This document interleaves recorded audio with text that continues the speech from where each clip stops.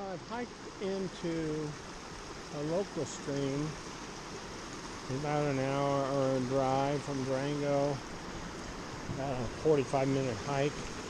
I'm up at 9,500 feet. And there's this one spot that I've always done real well in. It's right up around that corner there. And I will get some practice down here. There might be some fish holding in here. And then I'll go up around the corner. This is a place where stealth really matters. If they know you're here, you're toast.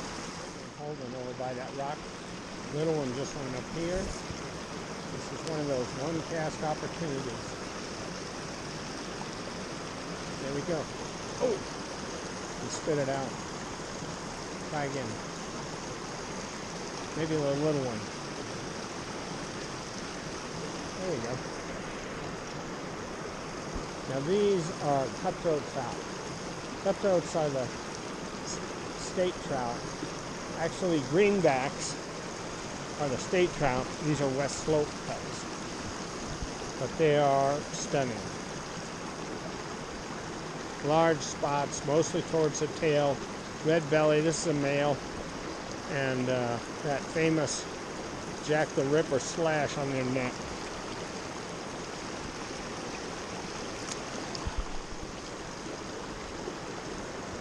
There you go. Beautiful cutthroat, putting them back in the water.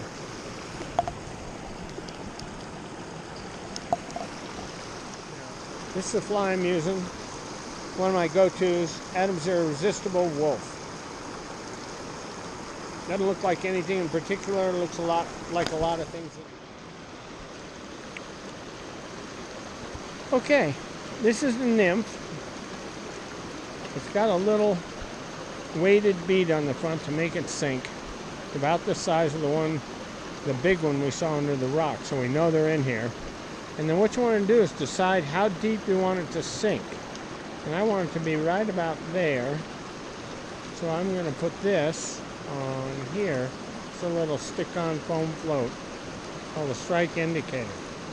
Because when a fish takes the fly on top, you can see the little splash. When he takes it underneath, you might not see it in time to set the hook, and he can spit it back out. So put a little indicator on like that, and if the indicator stops its drift, then the fish has taken the fly. There you go. You got the big one. And that's just what he was looking for. That's the secret to fly fishing. Is figuring out what they're looking for. Because if you present a fly that they expect to see presented in a way that they expect to see it, they will take it. It's not a question of they might. They will. There was a guy that was fishing this pool half an hour ago. I met him walking out. He showed me a picture of a little tiny cutthroat he had caught. And I would propose that the reason he didn't catch any nicer fish was because they knew he was there. Look at that fish. That is a beautiful, beautiful cutthroat trout. And I will release him back to the same pool. He's the big dog there. Maybe not. He's free though. There's one over by this red rock that is feeding also.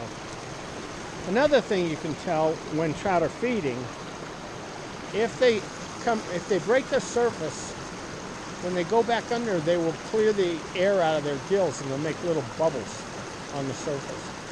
But if they're swimming around underneath, like this one's swimming around underneath looking, he's in a feeding behavior, and he's looking for stuff under the water. He's not coming above the surface to eat because the bugs aren't hatching yet. So I'm going to give him the same thing.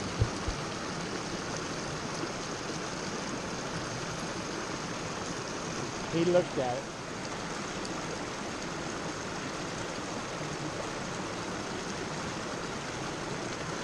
Fish. Oh,